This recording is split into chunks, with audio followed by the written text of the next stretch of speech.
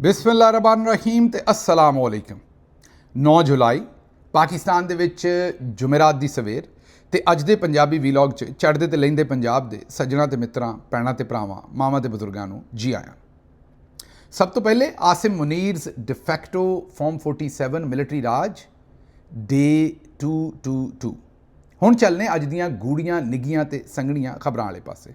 ਸਭ ਤੋਂ ਪਹਿਲੀ ਖਬਰ ਤੁਹਾਡੇ ਸਾਹਮਣੇ ਰੱਖਣੀ ਹੈ ਇਸਲਾਮਾਬਾਦ ਤੋਂ। ਇਸਲਾਮਾਬਾਦ ਦੀ ਪੁਲਿਸ ਨੇ ਇਹ ਦੱਸਿਆ ਸੀ ਕਿ ਪਹਿਲੇ ਸਲਾਮ ਫੇਰ ਕਲਾਮ, ਕਿ ਪਹਿਲੇ ਸਲਾਮ ਕਰਨਾ, ਸ਼ਹਿਰੀ ਨੂੰ ਪੁਲਿਸ ਨੇ ਪਹਿਲੇ ਸਲਾਮ ਕਰਨਾ, ਫਿਰ ਉਹਦੇ ਨਾਲ ਗੱਲਬਾਤ ਕਰਨੀ, ਉਹਨੂੰ ਕੀ ਮਦਦ ਚਾਹੀਦੀ ਹੈ, ਉਹਦੀ ਉਹ ਕਿਸ ਤਰ੍ਹਾਂ ਖਿਦਮਤ ਕਰ ਸਕਦੇ ਨੇ। ਇਹ ਲੇਕਿਨ ਇਹ ਨਹੀਂ ਸੀ ਦੱਸਿਆ ਵੀ ਸਲਾਮ ਕਰਨਾ ਪੁਲਿਸ ਨੇ ਕਿਹੜੀ ਸ਼ਹਿਰ ਦਾ ਨਾਂ ਰੱਖਿਆ ਹੈ। ਇਹ ਇੱਕ ਸ਼ਹਿਰੀ ਖਲੋਤਾ ਸੀ ਨਿਊ ਬਲੂ ਏਰੀਆ ਦੇ ਵਿੱਚ, ਪੁਲਿਸ ਐਹਲਕਾਰ ਆਏ, ਖਲੋਤੇ ਨੌਜਵਾਨ ਦੇ ਮੂੰਹ ਦੇ ਉੱਤੇ ਰੱਖ ਕੇ ਚਪੇੜ ਦਿੱਤੀ ਤੇ ਫਿਰ ਉਹਦੇ ਨਾਲ ਅਗਲੀ ਗੱਲ ਕੀਤੀ। ਹੁਣ ਬਈ ਇਹ ਤਾਂ ਪੁਲਿਸ ਨੇ ਸਾਨੂੰ ਨਹੀਂ ਸੀ ਦੱਸਿਆ ਨਾ, ਜਾਂ ਅਸੀਂ ਉਹਨਾਂ ਕੋਲੋਂ ਪੁੱਛਿਆ ਨਹੀਂ ਸੀ ਕਿ ਪਹਿਲੇ ਸਲਾਮ ਤੇ ਫਿਰ ਕਲਾਮ, ਸਲਾਮ ਦਾ ਨਾਂ ਉਹਨਾਂ ਨੇ ਕੀ ਰੱਖਿਆ ਹੋਇਆ। ਹੋ ਸਕਦਾ ਚਪੇੜ ਮਾਰਨਾ ਹੀ ਉਹਨਾਂ ਦਾ ਸਲਾਮ ਹੋਵੇ, ਹੋ ਸਕਦਾ ਗਾਲੀ ਕੱਢਣਾ ਹੀ ਉਹਨਾਂ ਦਾ ਸਲਾਮ ਹੋਵੇ। ਹੱਦਾਂ ਮੁਕਾ ਦਿੱਤੀਆਂ ਨੇ। ਮਤਲਬ ਸ਼ਹਿਰੀਆਂ ਦੇ ਨਾਲ ਉਹ ਹਾਲਾਤ ਇਹਨਾਂ ਨੇ ਕਰ ਦਿੱਤੇ ਨੇ ਕਿ ਉਹਦੇ ਕੋਲੋਂ ਪਹਿਲੇ ਕੋਈ ਦਸਤਾਵੇਜ਼ਾਤ ਲਈਆਂ ਨੇ, ਮੇਰੇ ਖਿਆਲ ਨੌਜਵਾਨਾਂ ਨੂੰ ਰੋਕਿਆ ਪੁਲਿਸ ਐਹਲਕਾਰਾਂ ਨੇ, ਉਹਨਾਂ ਕੋਲ ਕਾਗਜ਼ ਲਏ ਨੇ, ਜਿਸ ਤਰ੍ਹਾਂ ਹੀ ਕਾਗਜ਼ ਲੱਭ ਗਏ ਨਾਲ ਚਪੇੜਾਂ ਛੱਡ ਦਿੱਤੀਆਂ ਨੇ ਉਹਨਾਂ ਨੂੰ। ਸ਼ਹਿਰੀ ਦੀ ਨਾ ਕੋਈ ਇੱਜ਼ਤ ਹੈ, ਨਾ ਕੋਈ ਹਕੂਕ ਨੇ, ਹਰ ਸ਼ੈ ਪਾਮਾਲ ਹੋ ਰਹੀ ਹੈ।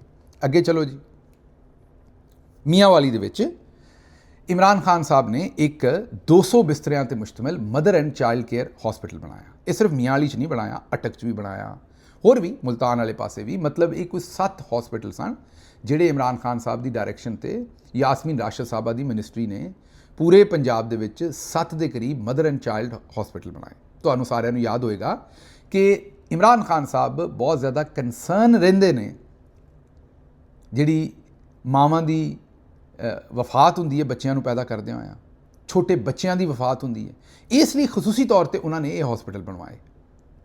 ਮਰੀਮ ਨਵਾਜ਼ ਸਾਹਿਬਾ ਨੇ ਕੀ ਕੀਤਾ ਹੈ ਕਿ ਉਹਨਾਂ ਨੇ ਸਭ ਤੋਂ ਪਹਿਲੇ ਤੇ ਮੀਆਂਵਾਲੀ ਦੇ ਵਿੱਚ ਜਿਹੜਾ DHQ, ਹਰ ਡਿਸਟ੍ਰਿਕਟ ਹੈੱਡਕੁਆਟਰ ਦੇ ਉੱਤੇ ਇੱਕ ਬੜਾ ਹਸਪੀਟਲ ਹੁੰਦਾ ਹੈ, ਉਹ DHQ ਉਹਨਾਂ ਬੰਦ ਕਰ ਦਿੱਤਾ। ਸਭ ਤੋਂ ਪਹਿਲੇ ਤੇ ਉਹਨੂੰ ਤਾਲੇ ਮਾਰ ਛੱਡੇ।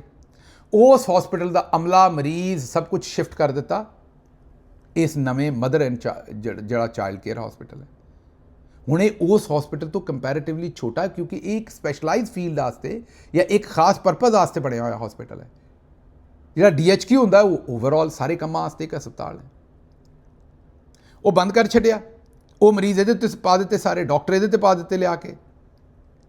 ਔਰ ਇਸ ਹਸਪੀਟਲ ਦੇ ਉੱਤੇ ਹੁਣ ਸਾਰੇ ਉੱਥੇ ਬਿਲਡਿੰਗ ਹੀ ਇੰਨੀ ਨਹੀਂ ਹੈ, ਸਹੂਲਤਾਂ ਉਨੀਆਂ ਨਹੀਂ ਹੈ ਕਿ ਤੁਸੀਂ ਇੱਕ ਹਸਪਤਾਲ ਪੂਰਾ ਵੱਡਾ ਬੰਦ ਕਰਕੇ ਉਹ ਵੀ ਉਹਦੇ 'ਤੇ ਪਾ ਦਿੱਤਾ ਹੈ। ਔਰ ਇਸ ਹਸਪੀਟਲ ਦਾ ਜਿਹੜਾ ਮਦਰ ਐਂਡ ਚਾਈਲਡ ਹਸਪੀਟਲ ਹੈ, ਉੱਥੇ ਜਿਹੜੀ ਇਮਰਾਨ ਖਾਨ ਦੀ ਤਖਤੀ ਲੱਗੀ ਹੋਈ ਸੀ ਕਿ ਇਹ ਇਮਰਾਨ ਖਾਨ ਨੇ ਜਾਂ ਉਹਨਾਂ ਦੀ ਹੁਕੂਮਤ ਨੇ ਇਹ ਹਸਪੀਟਲ ਜਿਹੜਾ ਬਣਵਾਇਆ ਸੀ, ਉਹ ਉਤਾਰ ਕੇ ਉੱਥੋਂ ਉਹ ਇੰਨਾ ਜ਼ਰਫ ਨਹੀਂ ਹੈ ਕਿ ਇਮਰਾਨ ਖਾਨ ਦੀ ਤਖਤੀ ਲੱਗੀ ਰਹਿਣ ਦਿੱਤੀ ਜਾਏ। ਇਮਰਾਨ ਖਾਨ ਦਾ ਨਾਂ ਉੱਥੋਂ ਹਟਾ ਦਿੱਤਾ ਗਿਆ। ਇਹ ਮੀਆਂਵਾਲੀ ਉਹ ਜ਼ਿਲ੍ਹਾ ਜਿਹੜਾ ਇਮਰਾਨ ਖਾਨ ਦਾ ਆਪਣਾ ਜ਼ਿਲ੍ਹਾ ਉੱਥੇ ਹੋਇਆ। ਫਿਰ ਤੁਸੀਂ ਕਹਿੰਦੇ ਹੋ ਕਿ ਮੈਂ ਤਨਕੀਦ ਕਰਦਾ, ਜਿਨ੍ਹਾਂ ਨੂੰ ਮੀਆਂਵਾਲੀ ਦੀ ਆਵਾਮ ਨੇ ਜਿਤਾਇਆ, ਜਿਨ੍ਹਾਂ ਨੂੰ ਵੋਟ ਦਿੱਤੇ, ਉਹਨਾਂ 'ਚੋਂ ਕਿਸੇ MNA ਨੇ ਉੱਥੇ ਸਾਹਮਣੇ ਖਲੋ ਕੇ ਬੰਦੇ ਇਕੱਠੇ ਕਰਕੇ ਇਹਦੇ 'ਤੇ ਇhtਜਾਜ ਨਹੀਂ ਕੀਤਾ ਕਿ ਇਮਰਾਨ ਖਾਨ ਦਾ ਨਾਂ ਇੱਥੋਂ ਕਿਉਂ ਹਟਾਇਆ। ਲੇਕਿਨ ਜੇ ਤੁਸੀਂ ਤਨਕੀਦ ਕਰ ਦਿਓ ਤਾਂ ਗੁੱਸਾ ਕਰ ਜਾਂਦੇ ਨੇ। ਅੱਗੇ ਚੱਲਨੇ ਜੀ। ਇਹ ਤਾਂ ਜ਼ਾਹਿਰ ਇਹਨਾਂ ਦੇ ਵਿੱਚ ਜ਼ਰਫ ਹੀ ਇੰਨਾ ਨਹੀਂ ਹੈ ਕਿ ਕਿਸੇ ਦੇ ਕੀਤੇ ਹੋਏ ਕੰਮ ਨੂੰ ਇਹ ਬਰਦਾਸ਼ਤ ਕਰ ਸਕਣ। ਅਗਲੀ ਖਬਰ ਇਹ ਹੈ ਕਿ ਮਿਜ਼ਾਨ ਬੈਂਕ ਨੇ ਫੋਨ ਤੇ ਮੈਨੂੰ ਇਤਲਾਹ ਦਿੱਤੀ ਕਿ ਸਦਰੇ ਪਾਕਿਸਤਾਨ ਦੇ ਸੈਕਟਰੀਏਟ ਦੇ 18 ਮਾਰਚ 2026 ਦੇ ਹਤਮੀ ਫੈਸਲੇ ਤੇ ਅਮਲ ਦਰਾਮਦ ਦੀ ਬਜਾਏ ਸਿਰਫ 2,16,000 ਰੁਪਏ ਦੀ ਰਕਮ ਵਾਪਸ ਨਾ ਕਰਨ ਵਾਸਤੇ ਉਹ ਇਸਲਾਮਾਬਾਦ ਹਾਈ ਕੋਰਟ ਜਾ ਰਹੇ ਨੇ। ਮਨਸੂਰ ਅਹਿਮਦ ਕੁਰੈਸ਼ੀ ਸਾਹਿਬ ਨੇ ਇਹ ਆਪਣਾ ਮੁੱਦਾ ਰੱਖਿਆ ਸੋਸ਼ਲ ਮੀਡੀਆ ਤੇ। ਉਹ ਕਹਿੰਦੇ ਨੇ ਕਿ ਉਹਨਾਂ ਦਾ ਰੌਲਾ ਚੱਲ ਰਿਹਾ ਸੀ ਮਿਜ਼ਾਨ ਬੈਂਕ ਨਾਲ, ਜਿੱਥੇ ਉਹ ਸਮਝਦੇ ਸਨ ਵੀ ਉਹਨਾਂ ਦੇ 2,16,000 ਰੁਪਏ ਮਿਜ਼ਾਨ ਬੈਂਕ ਨਾਲ ਬਣਦੇ ਸਨ। ਮਿਜ਼ਾਨ ਬੈਂਕ ਨੇ ਉਹਨਾਂ ਨੂੰ ਦੇਣ ਦੀ ਬਜਾਏ ਉਹਨਾਂ ਨਾਲ ਕੇਸੀ ਹੋ ਗਏ। ਉਹ ਮੁਖਤਲਿਫ ਫੋਰਮਸ ਦੇ ਉੱਤੇ ਗਏ ਔਰ ਆਖਿਰਕਾਰ ਸਦਰੇ ਪਾਕਿਸਤਾਨ ਦਾ ਜਿਹੜਾ ਫੋਰਮ ਹੈ ਉੱਥੇ ਉਹਨਾਂ ਨੇ ਆਪਣਾ ਮੁਕੱਦਮਾ ਲੜਿਆ ਤੇ ਉਹ ਜਿੱਤ ਗਏ। ਤੇ ਸਦਰੇ ਪਾਕਿਸਤਾਨ ਦਾ ਉਹ ਜਿਹੜਾ ਇਤਸਾਬੀ ਫੋਰਮ ਹੈ ਕੋਈ, ਉਹਨੇ ਕਿਹਾ ਕਿ 2,16,000 ਰੁਪਈਆ ਮਿਜ਼ਾਨ ਬੈਂਕ ਇਹਨਾਂ ਨੂੰ ਦੇ ਦੇਵੇ। ਹੁਣ ਮਿਜ਼ਾਨ ਬੈਂਕ ਨੇ ਇਹਨਾਂ ਨੂੰ ਫੋਨ ਕਰਕੇ ਦੱਸਿਆ ਕਿ ਜਨਾਬ ਅਸੀਂ ਤੁਹਾਨੂੰ ਇਹ ਪੈਸੇ ਨਹੀਂ ਦੇ ਸਕਦੇ, ਅਸੀਂ ਹਾਈ ਕੋਰਟ ਦੇ ਵਿੱਚ ਇਹਦੇ ਉੱਤੇ ਕੇਸ ਕਰਨ ਲੱਗੇ, ਤੁਸੀਂ ਆ ਕੇ ਸਾਡੇ ਨਾਲ ਕੇਸ ਲੜ ਲਓ। ਹੁਣ ਉਹ ਕਹਿੰਦੇ ਨੇ ਮੈਂ 2,16,000 ਰੁਪਈਆ ਲੈਣ ਵਾਸਤੇ ਇੰਨਾ ਮਹਿੰਗਾ ਵਕੀਲ ਕਿੱਥੇ ਕਰਾਂਗਾ ਹਾਈ ਕੋਰਟ ਦੇ ਵਿੱਚ। ਇਹ ਵੈਸੇ ਮੈਦਾਨ ਬੈਂਕ ਨੂੰ ਵੀ ਸੋਚਣਾ ਚਾਹੀਦਾ, ਲੇਕਿਨ ਸ਼ਾਇਦ ਫਿਰ ਬੈਂਕ ਇਹ ਵੀ ਸੋਚਦੇ ਨੇ ਵੀ ਇਹ ਇੱਕ ਨੂੰ ਦੇ ਦਿੱਤਾ ਪ੍ਰੈਸੀਡੈਂਟ ਸੈੱਟ ਹੋ ਜਾਣੇ ਨੇ, ਫਿਰ ਇਹੋ ਜਿਹੇ ਪਤਾ ਨਹੀਂ ਅਸੀਂ ਕਿੰਨੇ ਕੁ ਕੰਮ ਪਾਏ ਨੇ ਪਾਕਿਸਤਾਨ 'ਚ, ਜਿੱਥੇ ਬਾਕੀ ਕੋਈ ਸ਼ੋਭਾ ਆਵਾਮ ਦੇ ਹਕੂਕ ਦਾ ਤਹਫੁਜ਼ ਕਰਨ ਤੋਂ ਇਨਕਾਰੀ ਹੈ। ਬੈਂਕ ਵੀ ਕਿਹੜਾ ਆਵਾਮ ਨੂੰ ਕੋ ਸਾਹ ਲੈਣ ਦਿੰਦੇ ਨੇ, ਉਹ ਵੀ ਤਾਂ ਆਪਣੀ ਮਰਜ਼ੀ ਕਰਦੇ ਨੇ, ਉਹ ਵੀ ਆਪਣੇ 37ਵੀਂ 100 ਗਿਣਦੇ ਨੇ, ਤੁਸੀਂ ਕਾਬੂ ਆ ਜਾਓ ਉਹ ਵੀ ਤੁਹਾਨੂੰ ਮਲ ਕੇ ਰੱਖ ਦਿੰਦੇ ਨੇ। ਉਹਨਾਂ ਨੂੰ ਫਿਕਰ ਇਹ ਹੈ ਵੀ ਇਹਨੂੰ 2,16,000 ਦਿੱਤਾ ਤੇ ਪਤਾ ਨਹੀਂ ਕਿੰਨੇ ਕਰੋੜ ਜਾਂ ਅਰਬਾਂ ਦੇਣੇ ਪੈਣੇ ਨੇ, ਜਿਹੜੀ ਅਸੀਂ ਦੂਸਰੇ ਲੋਕਾਂ ਨੂੰ ਮੋਛੇ ਪਾਏ ਨੇ। ਅੱਗੇ ਚੱਲਨੇ ਜੀ, ਅਗਲੀ ਖਬਰ ਤੁਹਾਡੇ ਸਾਹਮਣੇ ਰੱਖ ਦਈਏ। ਉਹ ਖਬਰ ਇਹ ਹੈ ਕਿ ਦੁਸ਼ਮਣਾਂ ਨੂੰ ਬਲੋਚਿਸਤਾਨ ਦੀ ਤਰੱਕੀ ਹਜ਼ਮ ਨਹੀਂ ਹੋ ਰਹੀ। ਲਓ ਜੀ, ਸਾਨੂੰ ਪਤਾ ਹੀ ਨਹੀਂ ਸੀ ਬਲੋਚਿਸਤਾਨ ਨੰਬਰ 1 ਤੇ ਆ ਗਿਆ ਪੂਰੇ ਖਿੱਤੇ ਦੇ ਵਿੱਚ ਤਰੱਕੀ ਤੇ। ਇਹ ਜਿਹੜੇ ਬਲੋਚਿਸਤਾਨ ਤੋਂ ਲੋਕ ਨੇ ਮੈਨੂੰ ਦੱਸਣ ਜ਼ਰੂਰ ਜ਼ਰਾ ਕਮੈਂਟਸ ਦੇ ਵਿੱਚ ਵੀ ਉੱਥੇ ਕਿੰਨੀ ਕੁ ਤਰੱਕੀ ਹੋ ਗਈ ਜਨਾਬ, ਜਾਂ ਜਿਨ੍ਹਾਂ ਨੇ ਰੀਸੈਂਟਲੀ ਬਲੋਚਿਸਤਾਨ ਵੇਖਿਆ, ਕਿਉਂਕਿ ਪਿਛਲੇ 3 ਦਿਨਾਂ ਦੇ ਵਿੱਚ ਸਾਡੇ 42 ਪੁੱਤਰ ਜਿਹੜੇ ਨੇ ਅਫਵਾਜ ਦੇ, ਪੁਲਿਸ ਦੇ, ਉਹਨਾਂ ਨੂੰ ਦਹਿਸ਼ਤਗਰਦਾਂ ਨੇ ਸ਼ਹੀਦ ਕਰ ਦਿੱਤਾ ਪਿਛਲੇ 3 ਦਿਨਾਂ ਦੇ ਵਿੱਚ। ਉਹ ਆਂਦੇ ਨੇ ਕਿ ਬਲੋਚਿਸਤਾਨ ਦੀ ਤਰੱਕੀ ਨਹੀਂ ਹਜ਼ਮ ਹੋ ਰਹੀ। ਅੱਗੇ ਚੱਲਨੇ ਜੀ, ਜੰਗਾਂ ਮੀਡੀਆ ਦੇ ਸ਼ੋਰ ਤੇ ਸਿਆਸੀ ਨਾਰੇ ਨਹੀਂ ਬਲਕਿ ਈਮਾਨ, ਇਤਿਹਾਦ, ਨਜ਼ਮੋ ਜ਼ਬਤ ਨਾਲ ਜਿੱਤੀਆਂ ਜਾਂਦੀਆਂ ਨੇ। ਫੀਲਡ ਮਾਰਸ਼ਲ ਸੈਯਦ ਆਸਿਮ ਮੁਨੀਰ ਦਾ ਨੈਸ਼ਨਲ ਡਿਫੈਂਸ ਯੂਨੀਵਰਸਿਟੀ ਦੇ ਵਿੱਚ ਅਫਸਰਾਨ ਨਾਲ ਖਿਤਾਬ। ਜਨਾਬ ਇਹਦੇ ਵਿੱਚ ਈਮਾਨ, ਇਤਿਹਾਦ, ਨਜ਼ਮੋ ਜ਼ਬਤ, ਇਹ ਜਿਹੜਾ ਨਜ਼ਮੋ ਜ਼ਬਤ ਹੈ ਇਹਦੇ ਵਿੱਚ ਕੀ ਆਇਨ ਦੀ ਪਾਮਾਲੀ ਇਹਦੇ ਵਿੱਚ ਹੀ ਹੈ ਜਨਾਬ। ਅਵਾਮੀ ਮੈਂਡੇਟ ਦਾ ਇਹਤਰਾਮ ਕਿਸੇ ਨਜ਼ਮੋ ਜ਼ਬਤ 'ਚ ਆਉਂਦਾ ਜਾਂ ਨਹੀਂ ਆਉਂਦਾ? ਆਪਣਾ ਹਲਫ ਯਾਦ ਰੱਖਣਾ ਕਿਸੇ ਨਜ਼ਮੋ ਜ਼ਬਤ ਦੇ ਵਿੱਚ ਆਉਂਦਾ ਜਾਂ ਨਹੀਂ ਆਉਂਦਾ? ਜਿਹੜਾ ਆਪਣਾ ਅਸਲ ਕੰਮ ਹੈ ਉਹਦੇ ਤਾਈਂ ਫੋਕਸ ਰਹਿਣਾ ਕਿਸੇ ਨਜ਼ਮੋ ਜ਼ਬਤ 'ਚ ਆਉਂਦਾ ਜਾਂ ਨਹੀਂ ਆਉਂਦਾ? ਇਹ ਜ਼ਰਾ ਥੋੜ੍ਹਾ ਜਿਹਾ ਸਵਾਲਾਂ ਦੇ ਜਵਾਬ ਸੋਚ ਲੈਣਾ। ਇਹ ਗੱਲਾਂ ਕਹਿਣ ਨੂੰ ਤਾਂ ਬੜੀਆਂ ਸੋਹਣੀਆਂ ਨੇ, ਲੇਕਿਨ ਜਿਹੜੇ ਕੰਮ ਤੁਸੀਂ ਆਪ ਪਾਏ ਨੇ, ਜਿਹੜੇ ਪੈਂਡੇ ਤੁਸੀਂ ਆਵਾਮ ਨੂੰ ਪਾ ਛੱਡਿਆ, ਤੁਹਾਡੀਆਂ ਜਿਹੜੀਆਂ ਗਲਤ ਪਾਲਿਸੀਆਂ ਨੇ ਉਹਦੀ ਵਜ੍ਹਾ ਤੋਂ ਅੱਜ ਜੋ ਬਲੂਚਿਸਤਾਨ 'ਚ ਹੋ ਰਿਹਾ, ਹੁਣ ਤੁਸੀਂ ਜੋ ਕਸ਼ਮੀਰ ਦੇ ਵਿੱਚ ਸ਼ੁਰੂ ਕਰ ਦਿੱਤਾ, ਕਿਹੜੇ ਪਾਸੇ ਜਾਈਏ ਮੈਨੂੰ ਦੱਸੋ। ਅੱਗੇ ਚੱਲਨੇ ਜੀ, ਨਵਾਜ਼ ਸ਼ਰੀਫ ਨੇ ਕਿਹਾ ਹੈ ਕਿ ਰਿਟਾਇਰਮੈਂਟ ਤੋਂ ਬਾਅਦ ਮੈਂ ਤੁਹਾਨੂੰ ਮੱਕਾ ਮਦੀਨਾ ਨਹੀਂ ਜਾਣ ਦਿਆਂਗਾ, ਸਦਰ ਬਣਾਵਾਂਗਾ, ਤੁਸੀਂ ਕੇਸਿਸ ਛੱਡ ਦਿਓ, ਬਾਕੀ ਜੱਜਸ ਨਾਲ ਮੈਂ ਖੁਦ ਹੀ ਨਿਬੜ ਲਵਾਂਗਾ। ਇਹ ਜਸਟਿਸ ਰਿਟਾਇਰਡ ਸਜਾਦ ਅਲੀ ਸ਼ਾਹ ਸਾਹਿਬ ਨੇ ਸੁਹੇਲ ਵੜਾਇਚ ਨੂੰ ਇੰਟਰਵਿਊ ਦੇ ਵਿੱਚ ਦੱਸਿਆ।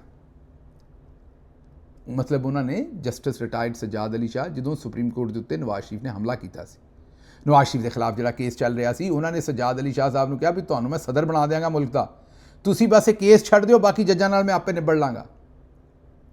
ਇਹੋ ਹੀ ਨਵਾਜ਼ ਸ਼ਰੀਫ ਹੈ ਜਿਨ੍ਹਾਂ ਨੇ ਸੁਪਰੀਮ ਕੋਰਟ ਆਫ ਪਾਕਿਸਤਾਨ ਦੇ ਉੱਤੇ ਹਮਲਾ ਕੀਤਾ ਹੋਇਆ।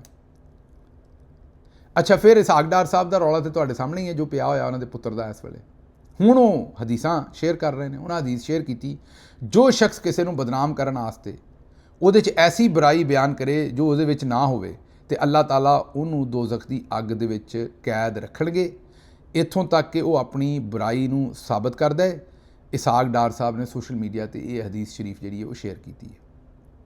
ਇਸਾਕ ਡਾਰ ਸਾਹਿਬ, ਤੁਸੀਂ ਤੇ ਆਪ ਸਾਰਾ ਵੇਲਾ ਹੀ ਲੋਕਾਂ 'ਤੇ ਝੂਠੀਆਂ ਤੋਹਮਤਾਂ ਲਾਉਂਦੇ ਹੋ, ਤੇ ਤੁਹਾਡਾ ਕੀ ਬਣੇਗਾ? ਮੈਨੂੰ ਲੱਗਦਾ ਤੁਹਾਨੂੰ ਅੱਗ 'ਚ ਵੀ ਰੱਖਣਾ, ਫਿਰ ਰੱਬ ਨੇ ਤੇ ਛਿੱਤਰ ਵੀ ਮਾਰਨੇ ਨੇ, ਕਿਉਂਕਿ ਤੁਸੀਂ ਆਪ ਤੇ ਸਾਰਾ ਟਾਈਮ ਇਹ ਕੰਮ ਕੀਤਾ ਇਮਰਾਨ ਖਾਨ ਦੇ ਖਿਲਾਫ। ਹੁਣ ਤੁਹਾਡਾ ਜਿਹੜਾ ਦੋਤਰਾ ਹੈ, ਉਹਨੇ ਸਾਰੀ ਦੁਨੀਆ ਕਹਿੰਦੀ ਹੈ ਵੀ ਤੁਹਾਡਾ ਦਫ਼ਤਰ ਇਸਤੇਮਾਲ ਕੀਤਾ ਹੈ। ਇਮਰਾਨ ਸ਼ਫਕਤ ਸਾਹਿਬ ਨੂਨ ਲੀਗੀ ਸਹਾਫੀ ਨੇ, ਉਹ ਕਹਿੰਦੇ ਨੇ ਕਿ ਅਲੀ ਡਾਰ ਇਹਦੇ ਸ਼ਾਮਿਲ ਹੈ। ਉਹ ਦਾਅਵਤ ਦੇ ਰਹੇ ਨੇ ਕਿ ਆਓ ਹਲਫ ਦੇ ਉੱਤੇ ਅਲੀ ਡਾਰ ਕਵੇ ਕਿ ਮੈਂ ਇਹਦੇ ਸ਼ਾਮਿਲ ਨਹੀਂ ਸੀ ਹੈਗਾ। ਤੁਹਾਡੇ ਆਪਣੇ ਬੱਚਿਆਂ ਨੇ ਇਹ ਕੰਮ ਪਾਇਆ, ਤੁਹਾਡਾ ਦਫ਼ਤਰ ਇਸਤੇਮਾਲ ਹੋਇਆ, ਹੁਣ ਤੁਸੀਂ ਇਹਨੂੰ ਬਜਾਏ ਦਾ ਜਵਾਬ ਦੇਣ ਦੀ ਤੁਸੀਂ ਕਹਿ ਰਹੇ ਹੋ ਕਿ ਮੇਰੇ 'ਤੇ ਝੂਠਾ ਇਲਜ਼ਾਮ ਲੱਗ ਰਿਹਾ ਹੈ। ਤੁਸੀਂ ਤਵੱਕਲੀ ਟੋਪੀ ਪਾ ਕੇ ਤੇ ਤੁਸੀਂ ਲੋਕਾਂ ਨੂੰ ਜਿਹੜਾ ਉਹ ਮੇਰਾ ਖਿਆਲ ਪਾਗਲ ਬਣਾ ਰਹੇ ਹੋ, ਮੈਂ ਹੀ ਕਹਿ ਸਕਦਾ।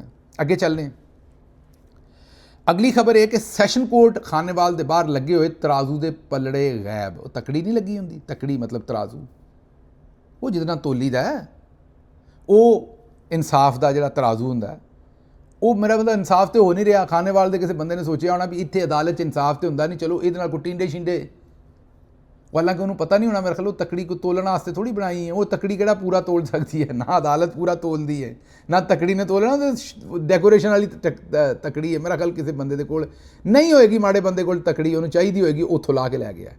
ਵੈਸੇ ਮੇਰਾ ਖਿਆਲ ਹੈ ਵੀ ਅਦਾਲਤ ਨੇ ਵੀ ਕਿਹੜਾ ਕਿ ਅਦਾਲਤ ਉੱਥੇ ਪੂਰਾ ਤੋਲਣ ਰਹੀ ਹੈ। ਅਦਾਲਤ ਦਾ ਤਕੜੀ ਨਾਲ ਕੀ ਲੈਣ ਦੇਣਾ, ਤਰਾਜ਼ੂ ਨਾਲ ਤੁਹਾਡਾ ਕੀ ਲੈਣ ਦੇਣਾ? ਮੈਨੂੰ ਪਹਿਲੇ ਇਹ ਦੱਸੋ। ਅਦਾਲਤਾਂ ਦੇ ਬਾਹਰੋਂ ਵੈਸੇ ਹੀ ਤਰਾਜ਼ੂ ਲਾ ਦੇਣੇ ਚਾਹੀਦੇ ਨੇ।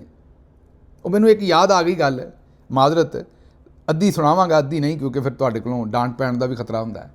ਇੱਕ ਬੰਦੇ ਨੇ ਬੱਚੇ ਦੇ ਖਤਨੇ ਕਰਵਾਉਣੇ ਸਨ, ਤੇ ਉਹ ਲੱਭਦਾ ਫਿਰੇ ਜਨਾਬ, ਦੁਕਾਨ ਲੱਭਦਾ ਫਿਰੇ, ਉਹਨੂੰ ਦੁਕਾਨ ਨਾ ਲੱਭੇ। ਉਹ ਇੱਕ ਬੰਦੇ ਨੂੰ ਪੁੱਛਿਆ, ਯਾਰ ਬੱਚੇ ਦੇ ਖਤਨੇ ਕਰਾਉਣੇ ਨੇ, ਤੇ ਸੁਣਿਆ ਸੀ ਇੱਥੇ ਇੱਕ ਦੁਕਾਨ ਹੈ, ਬੰਦਾ ਉਹ ਖਤਨੇ ਕਰ ਦਿੰਦਾ ਬੱਚੇ ਦੇ। ਉਹਨੇ ਕਿਹਾ ਇੱਥੇ ਹੀ ਹੈ ਬਾਜ਼ਾਰ ਦੇ ਵਿੱਚ, ਬਾਜ਼ਾਰ 'ਚ ਤੀਸਰੀ ਚੌਥੀ ਦੁਕਾਨ ਹੈ। ਫਿਰ ਉਹਨੇ ਚੱਕਰ ਲਾਇਆ, ਉਹਨੂੰ ਕੋਈ ਨਜ਼ਰ ਨਾ ਆਈ, ਆ ਗਿਆ। ਫਿਰ ਕਿਸੇ ਕੋ ਪੁੱਛਿਆ, ਉਹਨੇ ਕਿਹਾ ਇਹ ਦੁਕਾਨ ਹੈ। ਉਸ ਦੁਕਾਨ ਦੇ ਉੱਤੇ ਕਲੌਕ ਲੱਗੇ ਸਨ, ਜਿਹਨੂੰ ਟਾਈਮ ਪੀਸ ਕਹਿੰਦੇ ਨੇ, ਕਲੌਕ, ਘੜੀਆਂ ਛੜੀਆਂ। ਉਹ ਅੰਦਰ ਬੜੇ ਗੁੱਸੇ ਨਾਲ ਗਿਆ, ਉਹਨੇ ਕਿਹਾ ਜੀ ਤੁਸੀਂ ਕਰਦੇ ਖਤਨੇ ਹੋ ਤੇ ਇੱਥੇ ਲਾਏ ਤੁਸੀਂ ਟਾਈਮ ਪੀਸ ਨੇ। ਬਾਬਾ ਜੀ ਨੇ ਫਿਰ ਉਹਨੂੰ ਕੀ ਜਵਾਬ ਦੇਣਾ ਸੀ? ਅੱਗੋਂ ਜਿਹੜੇ ਖਤਨੇ ਕਰਨ ਵਾਲੇ ਸਨ, ਉਹਨਾਂ ਕਿਹਾ ਯਾਰ ਮੈਂ ਇੱਥੇ ਟਾਈਮ ਪੀਸ ਨਾ ਲਾਵਾਂ ਪੁੱਤਰ, ਤੇ ਮੇਰਾ ਮਤਲਬ ਹੈ ਕਿ ਹੋਰ ਇੱਥੇ ਕਿਹੜਾ ਬੋਰਡ ਲਾਵਾਂ ਮੈਂ। ਕਹਿਣ ਦਾ ਮਤਲਬ ਇਹ ਹੈ ਕਿ ਇਹ ਅਦਾਲਤਾਂ ਦੇ ਵਿੱਚ ਵੀ ਇਹ ਤਕੜੀ ਐਵੇਂ ਤੁਸੀਂ ਜਨਾਬ, ਤੁਸੀਂ ਬਲਕਿ ਉੱਥੇ ਲਿਖ ਕੇ ਲਾਓ ਅਦਾਲਤਾਂ ਦੇ ਸਾਹਮਣੇ, ਪਾਕਿਸਤਾਨ ਦੀਆਂ ਸਾਰੀਆਂ ਅਦਾਲਤਾਂ ਦੇ ਸਾਹਮਣੇ ਲਿਖ ਕੇ ਲਾਓ ਕਿ ਇੱਥੇ ਅਸੀਂ ਇਨਸਾਫ ਦੇ ਖਤਨੇ ਕਰਦੇ ਹਾਂ, ਕਿਉਂਕਿ ਤੁਸੀਂ ਅਸਲ ਦੇ ਵਿੱਚ ਉੱਥੇ ਇਨਸਾਫ ਦੇ ਖਤਨੇ ਕਰ ਰਹੇ ਹੋ। ਇਨਸਾਫ ਵੀ ਹੱਥ ਜੋੜੀ ਖਲੋਤਾ ਕਿ ਜਨਾਬ ਮੇਰੇ ਬੜੀ ਵਾਰੀ ਕਰ ਦਿੱਤੇ ਨੇ, ਪਹਿਲਾਂ ਹੋਰ ਨਾ ਕਰੋ, ਲੇਕਿਨ ਤੁਸੀਂ ਕਰੀ ਜਾ ਰਹੇ ਹੋ ਇਨਸਾਫ ਦੇ ਖਤਨੇ। ਉੱਥੇ ਤਕੜੀਆਂ ਛਕੜੀਆਂ ਨਾ ਲਾਓ, ਕੋਈ ਇਹੋ ਜਿਹੇ ਕੰਮ ਲਾਓ ਹੁਣ ਜਿਹੜੇ ਕੋਈ ਨਵੇਂ, ਆਪਣਾ ਨਵਾਂ ਕੰਮ ਕੱਢੋ, ਜਿਹੜਾ ਕੰਮ ਕਰ ਰਹੇ ਜੇ ਨਾ, ਟਾਊਟਗੇਰੀ ਜਿਹੜੀ ਕਰ ਰਹੇ ਜੇ। ਮੈਂ ਤਾਂ ਆਨਾ ਵੀ ਅਦਾਲਤਾਂ ਦੇ ਸਾਹਮਣੇ ਹੁਣ ਇੱਕ ਕਿਸੇ ਮਾਮਾ ਮੂਦਾ ਟਾਈਪ ਬੰਦੇ ਦਾ ਜਿਹੜਾ ਮੁਜੱਸਮਾ ਲਾਓ ਤੇ ਉਹਦੇ ਆਪਣਾ ਇੱਥੇ ਜਿਹੜਾ ਨਾ ਪਰਨਾ ਪਾਓ, ਇੱਥੇ ਉਹਦੇ ਸਿਗਰਟ ਰੱਖੋ ਇੰਜ ਕਰਕੇ, ਤੇ ਉਹ ਇੰਜ ਕਸ਼ ਲਾ ਰਿਹਾ ਹੋਵੇ ਤੇ ਥੱਲੇ ਲਿਖਿਆ ਹੋਵੇ ਸਵਾਦ ਆ ਗਿਆ ਬਾਦਸ਼ਾਹ। ਇਹ ਅਦਾਲਤਾਂ ਦੇ ਸਾਹਮਣੇ ਲਾਓ ਹੁਣ, ਜਿਹੜਾ ਤੁਸੀਂ ਕੰਮ ਉੱਥੇ ਸ਼ੁਰੂ ਕੀਤਾ ਹੈ ਉਹਦੀ ਡਿਪਿਕਸ਼ਨ ਕਰੋ। ਇਹ ਤਕੜੀਆਂ ਤੇ ਮੇਰਾ ਮਤਲਬ ਹੈ ਕਿ ਤਕੜੀਆਂ ਮਤਲਬ ਤਰਾਜ਼ੂ ਤੇ ਮਤਲਬ ਜਿਹੜਾ ਅਦਾਲਤ ਦਾ ਅਸਲ ਕੰਮ ਹੈ ਉਹਨੂੰ ਡਿਪਿਕਟ ਕਰਦਾ, ਤੁਸੀਂ ਉੱਥੇ ਅਸਲ ਕੰਮ ਥੋੜੀ ਕਰ ਰਹੇ ਹੋ। ਸੋ ਮਾੜੇ ਬੰਦੇ ਨੂੰ ਤੁਸੀਂ ਨੇਫਿਆਂ 'ਚ ਪਿਸਤੌਲ ਚਲਾ ਰਹੇ ਹੋ, ਤਗੜਾ ਆ ਜਾਏ ਤਾਂ ਉਹਦੇ ਨੇਫੇ ਨੂੰ ਸਲਾਮ ਕਰਦੇ ਹੋ।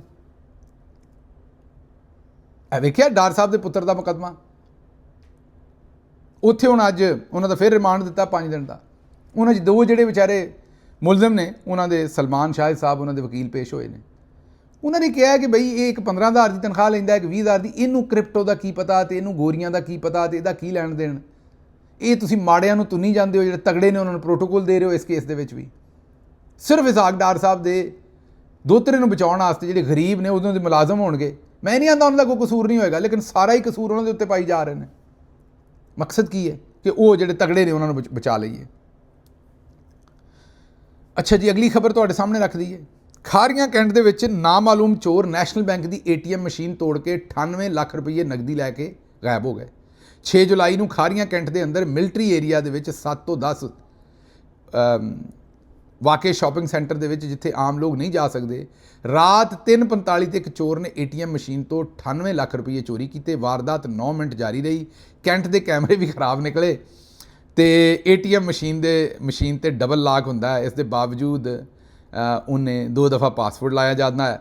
ਚੋਰ ਨੇ ਬਾਸਾਨੀ ਵਾਰਦਾਤ ਦੀ ਸਭ ਸਿਸਟਮ ਓਪਨ ਕੀਤੇ, ਜਿਹੜੀ ਵਾਰਦਾਤ ਕੀਤੀ ਤੇ ਸਭ ਸਿਸਟਮ ਓਪਨ ਕੀਤੇ। ਕੋਈ ਅਲਾਰਮ ਨਹੀਂ ਵੱਜਿਆ, ਕੋਈ ਕੋਡ ਨਹੀਂ, ਮੇਰਾ ਮਤਲਬ ਕਿਸੇ ਨੇ ਰੌਲਾ ਪਾਇਆ। ਉਹ ਸਾਰਾ ਕੁਝ ਕਰਕੇ ਰਫੂ ਚੱਕਰ ਹੋ ਗਿਆ ਤੇ ਇਹ ਕੈਂਟ 'ਚ ਹੋਇਆ ਜਨਾਬ। DG ISPR ਸਾਹਿਬ ਬੜੀਆਂ ਲੰਮੀਆਂ ਗੱਲਾਂ ਕਰਦੇ ਨੇ। ਕੈਂਟ ਦੇ ਵਿੱਚ ਚੋਰੀ ਕੀਤੀ ਉਹਨੇ, ਫੌਜ ਦੇ ਕੈਂਟ ਦੇ ਵਿੱਚ ਜਾ ਕੇ ਉਹਨੇ ਨੈਸ਼ਨਲ ਬੈਂਕ ਆਫ ਪਾਕਿਸਤਾਨ ਲੁੱਟ ਲਿਆ, ਜਿਹੜਾ ਸਰਕਾਰੀ ਬੈਂਕ ਹੈ। 1 ਕਰੋੜ ਰੁਪਈਆ ਤਕਰੀਬਨ, 98 ਲੱਖ ਰੁਪਈਆ ਉਹਦੇ ਵਿੱਚ ਸੀ, ਉਹ ਉਹਨੇ ਲੁੱਟ ਲਿਆ। ਅੱਛਾ ਜੀ, ਅਗਲੀ ਖਬਰ ਲੈ ਲਓ। ਪੰਜਾਬ ਦੀ ਵਜ਼ੀਰ ਆਲਾ ਨੂੰ ਉਹਨਾਂ ਦੇ ਕੰਮਾਂ ਦਾ, ਪੰਜਾਬ ਦੀ ਵਜ਼ੀਰ ਆਲਾ ਇਹੋ ਜਿਹੇ ਕੰਮਾਂ ਦਾ ਕ੍ਰੈਡਿਟ ਲੈ ਰਹੇ ਨੇ ਜਿਹੋ ਜਿਹੇ ਕੰਮਾਂ ਦਾ ਕ੍ਰੈਡਿਟ ਜਿਹੜਾ ਉਹ ਕੌਂਸਲਰ ਲੈਂਦਾ ਹੈ। ਫਵਾਦ ਚੌਧਰੀ ਸਾਹਿਬ ਕਹਿ ਰਹੇ ਨੇ। ਅੱਛਾ, ਚੌਧਰੀ ਸਾਹਿਬ ਵੀ ਬੜੇ ਮਜ਼ਾਕੀਏ ਨੇ। ਅੱਜ ਕੱਲ੍ਹ ਉਹ ਕੀ ਕਹਿੰਦੇ ਨੇ, ਅੱਜ ਉਹਨਾਂ ਦਾ ਇੱਕ ਟਵੀਟ ਸੀ ਕਿ ਮਹਿਮੂਦ ਖਾਨ ਅਚਕਜ਼ਈ ਤੇ ਅਖਤਰ ਮੈਂਗਲ, ਉਹ ਕਹਿੰਦੇ ਨੇ ਕਿ ਇਮਰਾਨ ਖਾਨ ਦੀ ਹਕੂਮਤ ਸੁੱਟਣ ਦੇ ਵਿੱਚ ਇਹ ਜੁਰਮਦਾਰ ਨੇ। ਗੱਲ ਸੱਚੀ, ਉਹਨਾਂ ਦੀ ਬਿਲਕੁਲ ਜੁਰਮਦਾਰ ਨੇ। ਉਹ ਕਹਿੰਦੇ ਨੇ ਇਹਨਾਂ ਦਾ ਐਡਾ ਵੱਡਾ ਜੁਰਮ ਹੈ ਕਿ ਇਹਨਾਂ ਨੂੰ ਉਹਦੀ ਮਾਫੀ ਨਹੀਂ ਲੱਭ ਸਕਦੀ। ਇਹ ਵੀ ਗੱਲ ਉਹਨਾਂ ਦੀ ਠੀਕ ਹੈ। ਮਤਲਬ ਉਹ ਤਨਕੀਦ ਕਰ ਰਹੇ ਸਨ ਅੱਜ ਜਿਹੜੀ ਆਲ ਪਾਰਟੀਜ਼ ਕਾਨਫਰੰਸ ਹੋ ਰਹੀ ਸੀ ਕਿ ਇਹ ਦੋਵੇਂ ਕਿਹੜੇ ਮੂੰਹ ਨਾਲ ਗੱਲ ਕਰਦੇ ਨੇ, ਇਹ ਤਾਂ ਖੁਦ ਮੁਜਰਮ ਨੇ ਇਮਰਾਨ ਖਾਨ ਦੀ ਹਕੂਮਤ ਸੁੱਟਣ ਦੀ। ਅੱਛਾ, ਹੁਣ ਇਹ ਚੌਧਰੀ ਸਾਹਿਬ ਜਿਹੜੇ ਨੇ ਸਾਡੇ, ਇਹ ਫਜ਼ਲੁਰ ਰਹਿਮਾਨ ਸਾਹਿਬ ਆਂਦੇ ਨੇ ਵੀ ਬੜੇ ਚੰਗੇ ਬੰਦੇ ਨੇ, ਜਮਹੂਰੀਅਤ ਦੀ ਚਾਬੀ ਉਹਨਾਂ ਕੋਲ ਹੈ, PTI ਨੂੰ ਉਹਨਾਂ ਨਾਲ ਰਲ ਕੇ ਬਹਿ ਜਾਣਾ ਚਾਹੀਦਾ ਹੈ, PTI ਨੂੰ ਉਹਨਾਂ ਦੇ ਨਾਲ ਰਲ ਕੇ ਜਦੋਜਹਿਦ ਕਰਨੀ ਚਾਹੀਦੀ ਹੈ। ਹੁਣ ਫਜ਼ਲੁਰ ਰਹਿਮਾਨ ਸਾਹਿਬ ਤੇ ਇਮਾਮ ਸਨ ਉਹ ਸਾਰੇ ਕੰਮ ਦੇ, ਹਕੂਮਤ ਸੁੱਟਣ ਦੇ। ਇਹ ਮੇਰੀ ਸਮਝ ਤੋਂ ਬਾਹਰ ਹੈ ਫਵਾਦ ਚੌਧਰੀ ਸਾਹਿਬ ਦੀ ਕੀ ਗਿੱਦੜ ਸਿੰਘੀ ਹੈ ਵੀ ਫਜ਼ਲੁਰ ਰਹਿਮਾਨ ਸਾਹਿਬ ਜਿਹੜੇ ਹਕੂਮਤ ਨੂੰ ਸੁੱਟਣ ਦੇ ਇਮਾਮ ਸਨ ਔਰ ਅੱਜ ਵੀ ਉਸ ਕੰਮ ਤੋਂ ਮਾਫੀ ਨਹੀਂ ਮੰਗਦੇ, ਆਪਣੀ ਗਲਤਕਾਰੀ ਦੇ ਉੱਤੇ ਸ਼ਰਮਿੰਦਾ ਨਹੀਂ, ਅੱਜ ਵੀ ਉੱਧਰ ਭੱਜ ਜਾਂਦੇ ਨੇ, ਉੱਧਰ ਭੱਜ ਜਾਂਦੇ ਨੇ। ਪਤਾ ਨਹੀਂ ਦੁੱਧ ਪੀਣਾ ਉੱਧਰੋਂ ਜਾ ਕੇ ਇਹਨਾਂ ਨੇ, ਉੱਧਰ ਭੱਜ ਜਾਂਦੇ ਨੇ। ਮਹਿਮੂਦ ਖਾਨ ਅਚਕਜ਼ਈ, ਅਖਤਰ ਮੈਂਗਲ, ਜਿਨ੍ਹਾਂ ਕੋਈ ਸ਼ੱਕ ਨਹੀਂ ਉਹਨਾਂ ਨੇ ਵੀ ਇਹੀ ਗੰਦ ਮਾਰਿਆ ਸੀ ਉਸ ਵੇਲੇ, ਲੇਕਿਨ ਉਹ ਮਾਜ਼ਰਤ ਖੁਆਹ ਨੇ ਆਪਣੇ ਉਸ ਕੰਮ ਦੇ ਉੱਤੇ ਤੇ ਉਹਨਾਂ ਦੇ ਲੱਤੇ ਲੈਂਦੇ ਨੇ, ਉਹਨਾਂ ਨੂੰ ਮਾਫੀ ਦੇ ਕੇ ਰਾਜ਼ੀ ਨਹੀਂ ਹੈ। ਇਹ ਸਮਝ ਮੇਰੀ ਤੋਂ ਬਾਹਰ ਹੈ। ਕੁਝ ਸਾਇੰਸ ਅਗਰ ਤੁਹਾਨੂੰ ਸਮਝ ਆਏ ਤਾਂ ਦੱਸਣਾ। ਫਵਾਦ ਸਾਹਿਬ ਦੀ ਇਹ ਸਮਝ ਜਿਹੜੀ ਹੈ ਇਹ ਜਿਹੜੀ ਮਾਮਲਾ ਹੈ ਮੈਨੂੰ ਸਮਝ ਨਹੀਂ ਹੈ। ਅੱਛਾ ਜੀ, ਰਿਹਾਨ ਤਾਰਕ ਮੁੰਡੇ ਦੇ ਉੱਤੇ ਤੁਹਾਨੂੰ ਪਤਾ ਐਂਕਰ ਹੈ, ਬੜਾ ਸੋਹਣਾ ਕੰਮ ਕਰਦਾ ਹੈ, ਸੁਨੱਖਾ ਮੁੰਡਾ ਹੈ। ਤੋਹੀਨੇ ਮਜ਼ਹਬ ਦੀ ਦਫਾ 295 ਦੇ ਤਹਿਤ 95A ਦੇ ਤਹਿਤ 295A ਦੇ ਤਹਿਤ ਮੁਕੱਦਮਾ ਦਰਜ ਔਰ ਪੀਕਾ ਕਾਨੂੰਨ ਲਾਇਆ ਹੈ ਔਰ ਇਹ ਜਨਾਬ ਉਹਨਾਂ ਦੇ ਉੱਤੇ ਮੁਕੱਦਮਾ ਜਿਹੜਾ ਉਹ ਦਰਜ ਕੀਤਾ ਹੈ। ਨਹੀਂ, ਪੀਕਾ ਦਾ ਮੇਰੇ ਖਿਆਲ ਐਕਟ ਨਹੀਂ ਲੱਗਾ, ਸਿਰਫ 295A ਲੱਗਾ, ਮਾਜ਼ਰਤ, ਮੁਕੱਦਮਾ ਦਰਜ ਕਰਤਾ। ਕੋਈ ਮਜ਼ਹਬੀ ਉਹਨਾਂ ਨੂੰ ਕਿਹਾ ਜੀ, ਉਹਨਾਂ ਆਪਣੇ ਟਾਕ ਸ਼ੋਅ ਦੇ ਉੱਤੇ ਜਾਂ ਪੋਡਕਾਸਟ 'ਤੇ ਕੋਈ ਮਜ਼ਹਬੀ ਸੈਂਸਿਟਿਵ ਗੱਲਾਂ ਕੀਤੀਆਂ ਨੇ। ਉਹਨਾਂ ਦੇ ਕੋਲ ਉਹਨਾਂ ਦਾ ਵਿਊ ਪੁਆਇੰਟ ਲੈਣਾ ਚਾਹੀਦਾ। ਅਗਰ ਕਿਸੇ ਚੀਜ਼ ਦੇ ਉੱਤੇ ਦਿਲਸ਼ਕਨੀ ਹੋਈ ਹੈ ਤਾਂ ਉਹ ਮਾਜ਼ਰਤ ਕਰ ਲੈਣ। ਤੇ ਇਹ ਮੁਕੱਦਮੇ ਬਣਾਉਣ ਦੀ ਮੇਰੀ ਗੱਲ ਤੋਂ ਸਮਝ ਤੋਂ ਬਾਹਰ ਹੈ ਵੀ ਇਹ ਕੀ ਕਰ ਰਹੇ ਨੇ। ਉਹਨਾਂ ਨੂੰ ਕਹੋ ਵੀ ਟੀ ਵੀ 'ਤੇ ਆ ਕੇ ਮਾਜ਼ਰਤ ਕਰਨ ਤੇ ਕੰਮ ਖਤਮ ਹੋ। ਉਹਨਾਂ ਦੇ ਕੋਲੋਂ ਉਹਨਾਂ ਦਾ ਕੋਈ ਪਰਪਸ ਥੋੜ੍ਹੀ ਹੋਏਗਾ ਇਹ ਕੰਮ ਕਰਨਾ। ਲੇਕਿਨ ਸਿਰਫ ਔਰ ਸਿਰਫ ਇਹਨਾਂ ਨੇ ਮਾਹੌਲ ਬਣਾਉਣਾ ਇੱਕ ਆਵਾਮ ਨੂੰ, ਬਸ ਉਹਨਾਂ ਦੇ ਨਾਲ ਜ਼ਿਆਦਤੀ ਕਰ ਰਹੇ ਨੇ। ਲੇਕਿਨ ਅਸਲ ਦੇ ਵਿੱਚ ਆਵਾਮ ਨੂੰ ਇਹਨਾਂ ਨੇ ਟਰੱਕ ਦੀ ਬੱਤੀ ਪਿੱਛੇ ਲਾਉਣਾ ਹੁੰਦਾ ਵੀ ਕੋਈ ਨਾ ਕੋਈ ਨਵਾਂ ਸ਼ੋਸ਼ਾ ਖੜਾ ਕਰੀ ਰੱਖਦੇ ਨੇ ਵੀ ਲੋਕੀ ਉਧਰ ਮਸਰੂਫ ਹੋ ਜਾਣ ਤੇ ਅਸੀਂ ਵਿੱਚੋਂ ਵਿੱਚ ਆਪਣਾ ਕੰਮ ਪਾ ਦਈਏ ਜਿਹੜੇ ਕੰਮ ਤੇ ਅਸੀਂ ਲੱਗੇ ਹੋਈਏ। ਪੰਜਾਬ ਹਕੂਮਤ ਦੇ ਨਵੇਂ ਮੁਜਵਜ਼ਾ ਕਾਨੂੰਨੀ ਬਿੱਲ ਦੇ ਵਿੱਚ ਲਿਖਿਆ ਹੈ ਕਿ ਅਗਰ ਤੁਸੀਂ ਟ੍ਰੈਫਿਕ ਦੇ ਫਲੋ 'ਚ ਰੁਕਾਵਟ ਬਣੋਗੇ ਤਾਂ ਤੁਸੀਂ ਆਦੀ ਮੁਜਰਮ ਕਹਿਲਾਓਗੇ। ਇਸ ਲਈ ਹੁਣ ਤੁਸੀਂ ਇਹਤਜਾਜ ਦਾ ਜਿਹੜਾ ਫਰੇਮਵਰਕ ਹੈ ਉਹ ਖੁਦ ਹੀ ਸੋਚ ਲਓ ਵੀ ਕਿਹੋ ਜਿਹਾ ਕਰਨਾ। ਵੀ ਜੇ ਤੁਹਾਡੇ 'ਤੇ ਪੁਲਿਸ ਨੇ ਇਹ ਇਲਜ਼ਾਮ ਲਾਤਾ ਨਾ ਵੀ ਤੁਸੀਂ ਟ੍ਰੈਫਿਕ ਡੱਕੀ ਹੈ ਤੇ ਹਕੂਮਤ ਪੰਜਾਬ ਨੇ ਤੁਹਾਨੂੰ ਆਦੀ ਮੁਜਰਮ ਡਿਕਲੇਅਰ ਕਰਕੇ ਤੇ ਤੁਹਾਡੇ ਖਿਲਾਫ ਉਹ ਕਾਰਵਾਈਆਂ ਸ਼ੁਰੂ ਕਰ ਦੇਣੀਆਂ ਨੇ ਜਿਹੜੀਆਂ ਆਦੀ ਮੁਜਰਮਾਂ ਦੇ ਖਿਲਾਫ ਕੀਤੀਆਂ ਜਾਂਦੀਆਂ ਨੇ। ਇੱਥੇ ਜ਼ਰਾ ਤੁਸੀਂ ਵੇਖ ਲਓ।